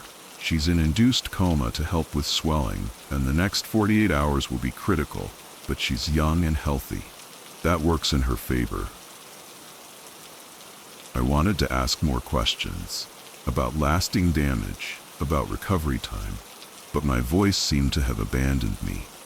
Marcus asked them instead, his construction worker's hands gentle as he gripped my shoulder, keeping me upright. Later, they let us see her. The sight of Ellie, vibrant, unstoppable Ellie, lying motionless amid a tangle of tubes and wires nearly broke me. Her head was partially shaved and bandaged, her skin so pale it almost matched the hospital sheets. "I should have done something sooner," Marcus whispered, his large frame somehow diminished in the small hospital chair beside her bed. "Should have called for help when they first approached us." "This isn't on you," I said firmly, "or me. It's on them." But guilt isn't rational. It doesn't follow lines of actual responsibility. In the weeks that followed, as Ellie slowly emerged from the coma, as she began the long, arduous process of recovery, I would replay those moments on the ice countless times. The decisions, the reactions, the split-second choices that led to that terrible sound of skull meeting stone. The lake froze over completely that night as the storm dropped 8 inches of snow, burying our footprints, our blood, our moment of violence beneath a pristine white blanket. By morning, it would have looked peaceful to a casual observer, just another Minnesota winter scene. But I knew better. Knew that beneath the beauty lay darkness. Knew that some surfaces, no matter how solid they appear, can crack unexpectedly, plunging you into freezing depths you never anticipated. 3 months later, when Ellie took her first unassisted steps in physical therapy, Marcus and I were there, cheering her on. The doctors were amazed by her progress, used words like miraculous and exceptional recovery. Her parents thanked us repeatedly for staying with her that day, for acting quickly, for saving her life. Brett pleaded guilty to aggravated assault and is serving 5 years. His friends got lesser sentences for their roles. The local paper ran a small story about the incident, a cautionary tale about alcohol and ice safety that somehow missed the point entirely. We don't go skating on Lake Simmons anymore. Some traditions aren't worth preserving. Instead, we meet every Saturday at Ellie's Rehabilitation Center, where Marcus helps her with her exercises and I document her progress in photographs. A new portfolio, one about resilience and healing. Sometimes, when she doesn't think we're watching, I catch Ellie staring out the window toward the frozen lake in the distance, her expression unreadable.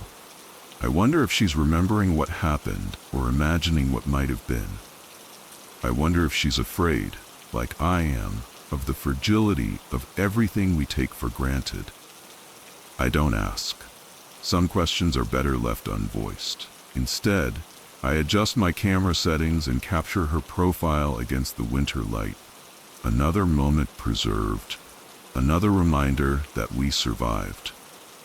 But in my dreams, I still hear that sound, the crack of breaking that wasn't ice at all, and I wake up wondering what other unseen fractures might be spreading beneath our feet, waiting for the weight that will finally cause them to give way.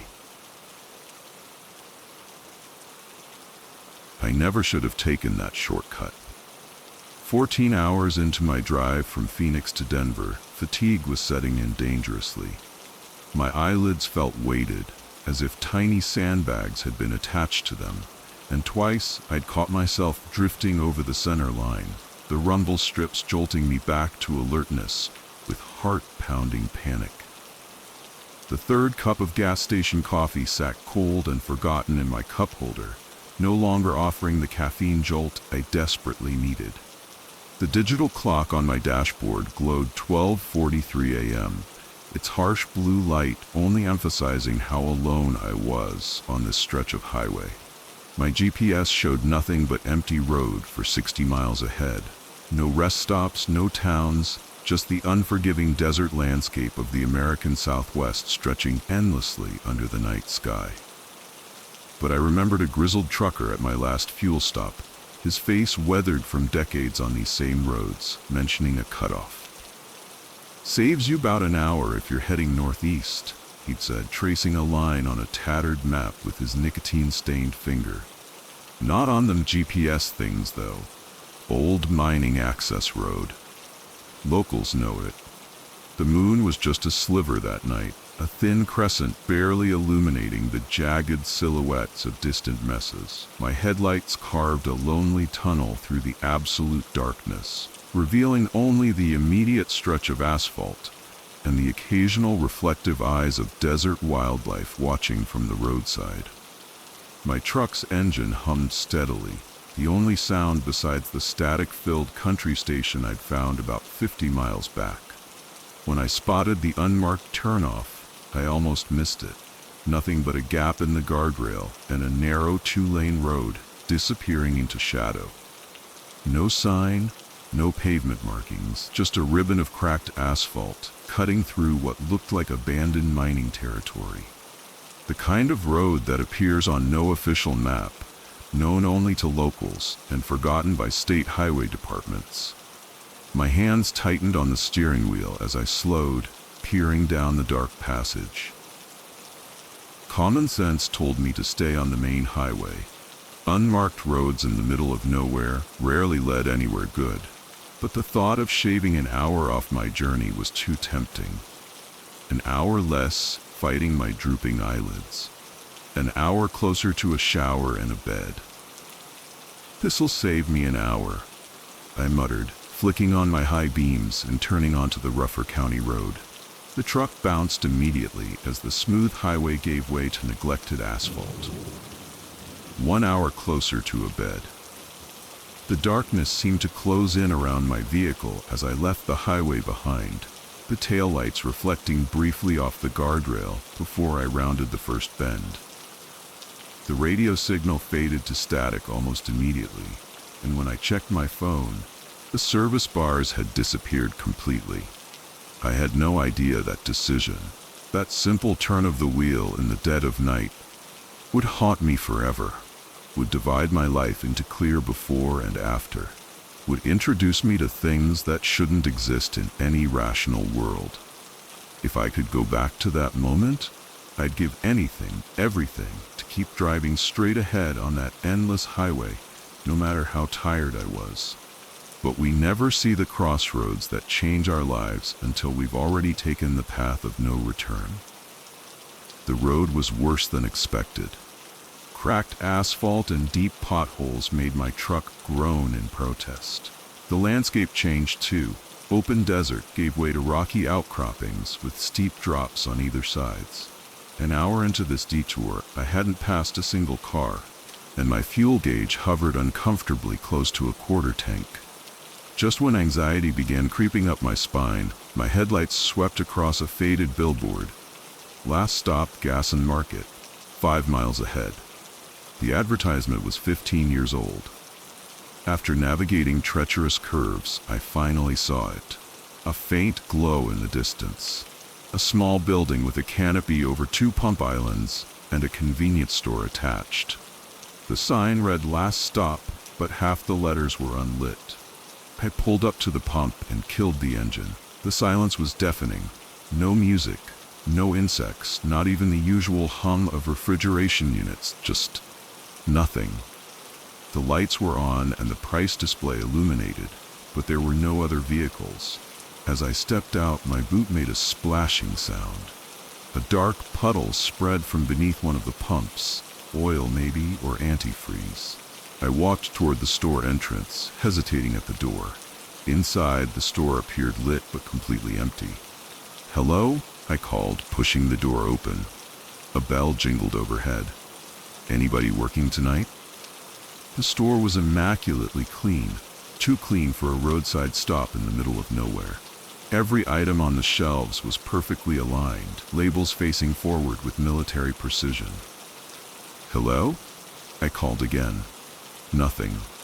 I rang the service bell twice. Still nothing. The shelves were fully stocked with typical gas station items, but something felt off. The packaging looked outdated, though the expiration dates were current. As I shut a cooler door, I caught movement in its reflection, something quick and low to the ground, like someone ducking between aisles. Is someone there? Only silence answered. I approached the counter and noticed a logbook, dates, times, and signatures. The last entry was 3 days ago. The shift had been signed out, but never signed back in. Below that final entry was a single word in urgent handwriting: run. A chill ran through me. In the ceiling security mirror, I could see most of the store. The empty aisles, the coolers, my truck visible through the windows. And something else. What looked like shoes in the far corner, partially obscured by a display. "Hey," I called, moving toward the aisle. "Are you the attendant?" No answer. I inched closer, finding not a person but a pair of empty work boots, neatly placed as if someone had vanished, leaving their footwear behind. Next to them was a small dark stain on the otherwise spotless floor. I backed away, turning quickly toward the exit. That's when I noticed the security camera feed behind the counter.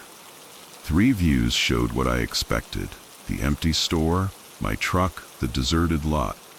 But the 4th view, showing the area behind the store, revealed people. At least half a dozen figures, standing perfectly still, all facing the back door of the building. My breath caught as I stared at the monitor. The figures weren't moving, just standing like statues around the back entrance. Their posture seemed unnatural, too rigid even for people standing still. I noticed the employees only door was slightly ajar. Common sense screamed at me to leave immediately, but another part needed to know what was happening. "Hello? Is anyone there? I need help," I shouted. After seconds of silence, a sound came from behind the door, a soft thud, followed by the squeak of a shoe. The door swung wider, revealing a storage area with shelves and a computer desk. A low groan issued from somewhere inside. Not quite animal, not quite human. Finally, a figure appeared in the doorway. It was a man, or what remained of one, wearing a tattered gas station uniform with a name tag reading Mike. His face was gaunt, skin stretched too tight over his skull, eyes wide with frozen terror. He dragged himself forward using one arm, the other hanging limply. His legs moved stiffly, as if he'd forgotten how to use them. "Help," he croaked. "They're coming back. They always come back." "Who's coming back? What happened to you?" His eyes darted to the security monitor. "Them. They found me on the road, brought me here. They need this place, need someone to run it." "Who are they? Do you need me to call the police?" A horrible sound escaped him, something between a laugh and a sob. "Police won't come. No one comes here unless they're chosen. Like I was, like you are now." My blood ran cold. "What do you mean, chosen?" Mike's gaze shifted behind me. I turned to find more figures outside the front windows. At least a dozen, all watching, all wearing outdated, dust-covered clothing with vacant expressions. "They need a new attendant," Mike whispered. "I've been here too long. My body is failing. They knew you were coming. They always know. I'm not staying here. I'm leaving right now. Your truck won't start. They drained your fuel while you were in here." My mind raced. No phone service, no nearby town, and outside those people, or whatever they were, waiting. "What do they want?" I asked, voice shaking. "Someone to maintain this place, to keep it running. They can't do it themselves. They're not whole anymore." "And if I refuse?" His eyes met mine, empty beyond physical suffering. "Then you'll join them out there, another watcher, another sentinel until they find someone else." Mike's words hung between us. I refused to accept I was trapped here, chosen to replace him for whatever those things were outside. "This is insane," I said. "You need medical attention." He gestured weakly toward a cabinet. "First aid kit in there. Not that it matters now." The back room was surprisingly normal. Desk, filing cabinets, time clock, small refrigerator. Yellowed papers displayed employee schedules and safety protocols. How long have you been here? I asked, returning with the kit. I don't know anymore. Days and nights blur. The clock never changes. Always this moment, over and over. I checked my watch. 2:17 a.m., same as the wall clock and register display. What's wrong with you? Physically, I mean. He lifted his limp arm. They don't let you leave, ever. He revealed a blackened, necrotic ankle. The farther you go, the worse it gets. Your body just stops working, piece by piece. That's not possible. Neither are they, he said, nodding toward the windows. The figures remained exactly as before, unmoving, watching, waiting. What happens now? I asked. You have a choice, Mike explained. Try to run, refuse to cooperate until you're too weak to resist, or I take your place, I finished. Yes. And what happens to you if I agree? A smile crossed his face. I get to leave. Really leave. Not just this place, but everything. You're asking me to condemn myself to death. He shook his head. Not death, just service. Until someone else comes who can take your place. Could be days, could be years. And those people outside? They were like us once? Some of them. Others were here before me. They'll be here after you. I paced, mind racing. There has to be another way. Mike's laugh was dry, rattling. I've tried everything. There is no escape, not for me. Why help me understand it all? Because no one warned me, and because I'm tired of being alone. How do I know you're telling the truth? Try to leave, he suggested. See what happens. I went outside. The figures didn't move as I walked to my truck. The key turned, but nothing happened. Under the hood, the battery terminals were coated in a black, mossy substance that crumbled to dust when touched. The figures had moved closer, still arranged in their semicircle, but having closed the distance to my truck by half. I retreated to the store. I still don't believe it. I know, he replied softly. I didn't believe it either. So what now? Now you decide. Take my place, let me go, or join them outside. And if I take your place, you maintain this place, keep it clean, keep the shelves stocked, wait for travelers. Most will come and go without incident, but occasionally someone will arrive who's been chosen, like you were. I looked at the security monitor. The figures had drawn closer, forming a tight ring around the building. How long do I have to decide? Not long. They don't like to wait. I thought about my life outside, my small apartment, my solitary job, the relationships I'd neglected. Who would notice I was missing? There has to be another way, I whispered. There isn't, he replied. I've had years to look for one. I'll take your place, I said finally. Relief washed over Mike's face. Thank you. He showed me the basics, operating the register, supply manifests, which keys opened which locks. As time passed, he grew visibly weaker. It's time, he said, looking toward the back door. They're waiting for me. On the monitor, the figures had formed a pathway from the back door into the darkness. Will it hurt? I asked. He smiled genuinely. I don't think so. I think it will feel like release. At the door, he turned back. One piece of advice, don't count the days. It only makes it harder. He stepped outside. Through the monitor, I watched him walk down the path they had formed. When he reached the edge of the camera's view, he raised his hand in farewell before disappearing. The watchers returned to their positions. The night continued, unchanging. Now I wait for the next traveler, wondering how long before I greet another confused soul with the terrible choice I made. I wonder sometimes if you'll be that traveler. If you're reading this, perhaps you already are.